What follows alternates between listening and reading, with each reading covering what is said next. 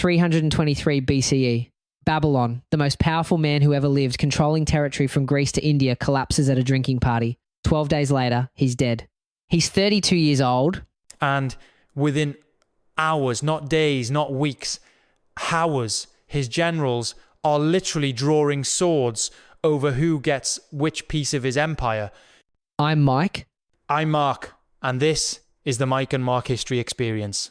Today, we're solving a 2,300-year-old murder mystery. Who killed Alexander the Great? All right, set the scene for me. It's June 323 BCE. What's happening? Alexander has just returned from his conquest of India. In 13 years, he's conquered more territory than anyone in human history, over 2 million square miles. That's roughly the size of the continental United States. I'm sorry, what? In 13 years, on foot and horseback, he conquered an area the size of America. That's your viral fact right there. That's insane. It's insane. And he's not done. He's in Babylon, planning his next campaign, possibly Arabia, possibly west to Carthage and Rome. He's at the absolute peak of his power, and he's at a party. Because, of course, he is... Not just any party. This is hosted by his admiral Nearchus. It's what the Greeks call a symposium, which sounds intellectual, but it's basically a drinking competition among elite Macedonians. So Alexander the Great dies at what's essentially a frat party. A frat party where they're planning to conquer Arabia. But yes, and here's the critical detail. They're drinking unmixed wine. What does that mean? Greeks and Macedonians normally mix wine with water, 3 parts water to 1 part wine.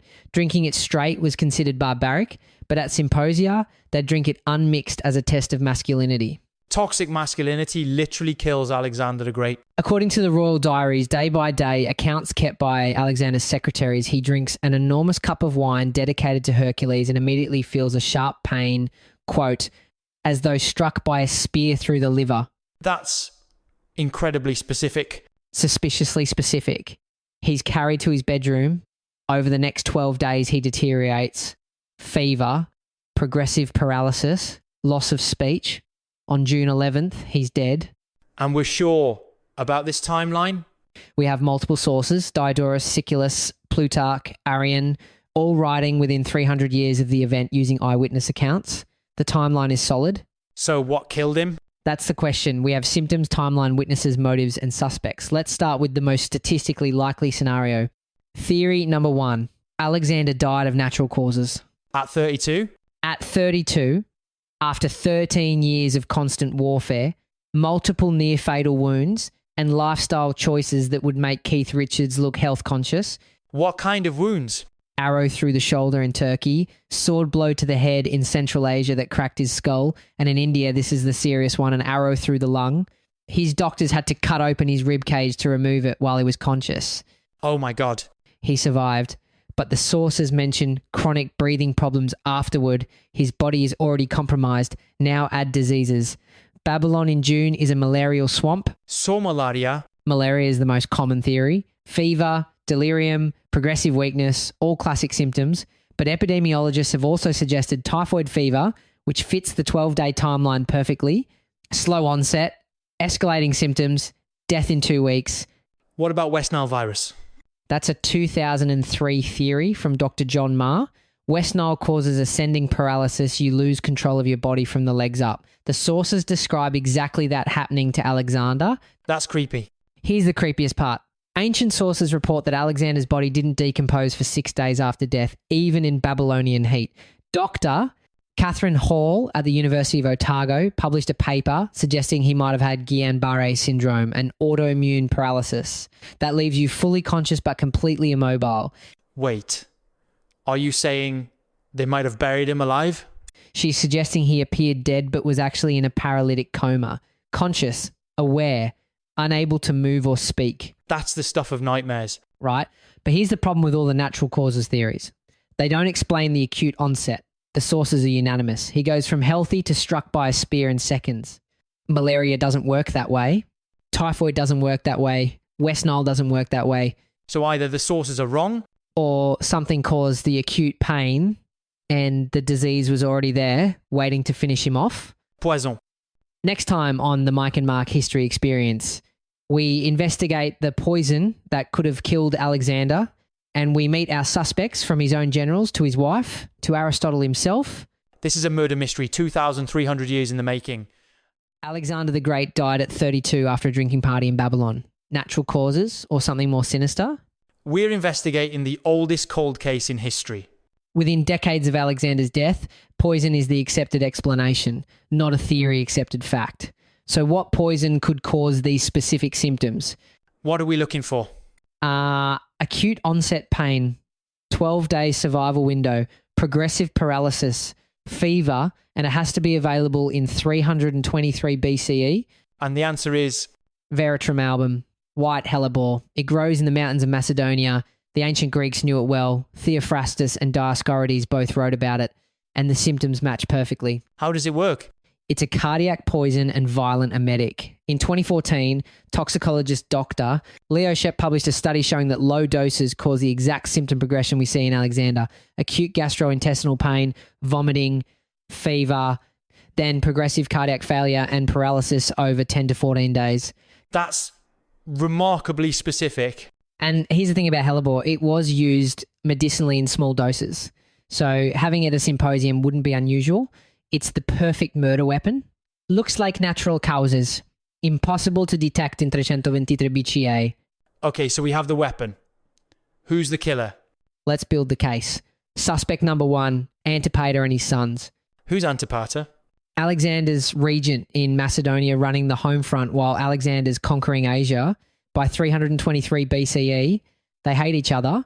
Alexander's sending threatening letters, accusing Antipater of corruption, disloyalty. So Antipater knows he's going to be recalled and executed? He's certain of it. And here's the opportunity. His son, Cassander, is in Babylon with Alexander. Another son, Iolaus, is Alexander's cupbearer, the guy who literally hands him his wine. That's almost too perfect. Almost. After Alexander dies, who seizes power in Macedonia? Antipater. Who becomes king after the succession wars? Cassander. Who gets blamed for the poisoning in later sources? Antipater's family. So it might just be propaganda against the winners. Except for one detail. After Alexander's death, his widow Roxana personally murders Iolaus and several others connected to that symposium. If there was no conspiracy, why kill the cupbearer? Unless she's eliminating witnesses because she did it. Suspect number 2, Roxana. His own wife murders him. Let me tell you about Roxana. She's from Bactria, modern Afghanistan. She's one of several wives. When Alexander dies, she immediately has his other wife, Statira, murdered, along with Statira's sister, thrown down a well. Jesus. Then she murders Alexander's son by his mistress Barsi and has the child and mother executed. Roxana's son, also named Alexander, becomes the only legitimate heir. She controls the succession. For how long? 13 years. Then Cassander, Antipater's son, has both Roxana and her teenage son murdered. This whole family ends up dead. Macedonian politics, everyone's either a victim or a murderer, usually both. But here's what's interesting about Roxana. She had everything to gain from Alexander's death if she could control what came after.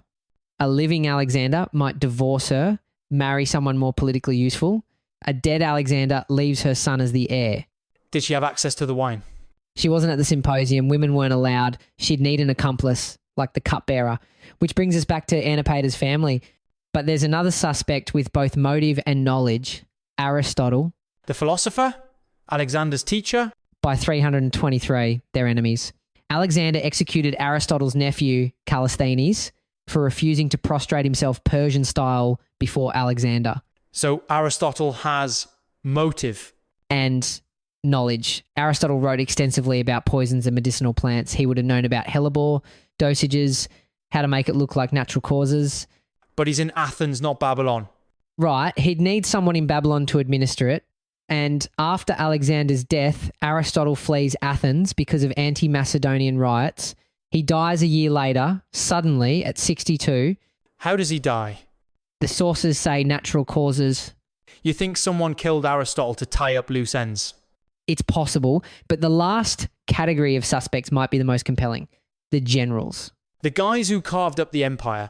Within hours of Alexander's death, they're drawing maps. Ptolemy takes Egypt and founds a dynasty that lasts 300 years. Seleucus takes Persia. Antigonus takes Anatolia. These are the Diadochi, the successors They all had motive. Massive motive. Alexander's empire was too big to hold together. The only thing keeping it unified was Alexander himself, his charisma, his ruthlessness. The generals knew that if he died, they could be kings instead of subordinates. And none of them seem surprised when it happens. That's what's suspicious. No chaos. They have plans ready immediately. The strongest suspect among them is Perdiccas, Alexander's second in command. When Alexander dies, Perdiccas takes control of everything. The body, the funeral, the succession. What happened to him? His own officers murdered him 3 years later. Next time, we deliver our verdict. Who killed Alexander the Great and what it meant for the ancient world? The final piece of the puzzle. We've examined the poison white hellebore. We've met the suspects from Antipater to Roxana to Aristotle to the generals. Now it's time for the verdict. All right, 12 suspects, multiple theories. What actually happened? Here's my reconstruction based on the evidence. Alexander had chronic malaria contracted during the Indian campaign. His immune system was compromised. His body was damaged from multiple wounds. He's a medical disaster waiting to happen. Okay.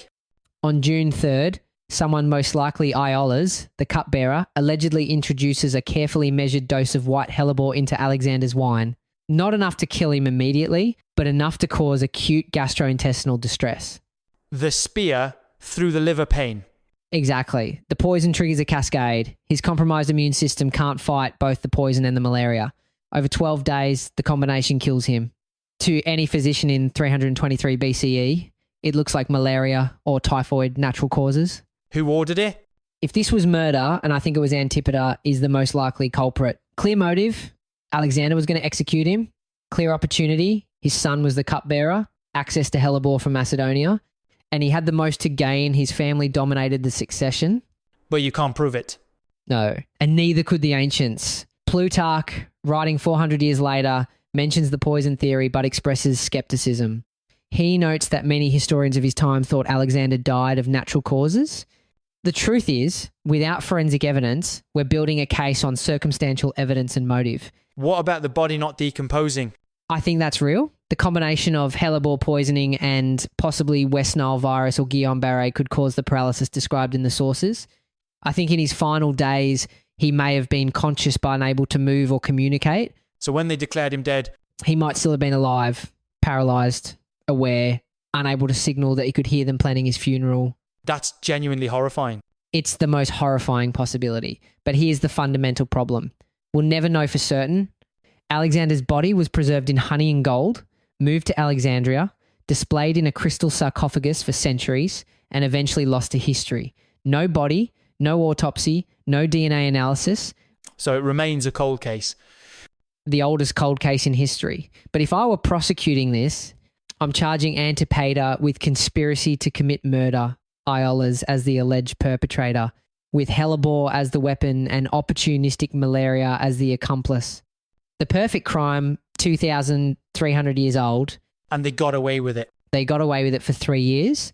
Then they started murdering each other in the succession wars. 40 years of constant warfare, millions dead. The empire fragments into kingdoms that fight for generations. So Alexander's death didn't just kill one man. It killed the dream of a united empire from Greece to India. It shattered the ancient world. 1 cup of poisoned wine, 12 days of agony, and the course of human history changes forever. And we'll never know who did it. We know the suspects, we know the weapon, we know the motive.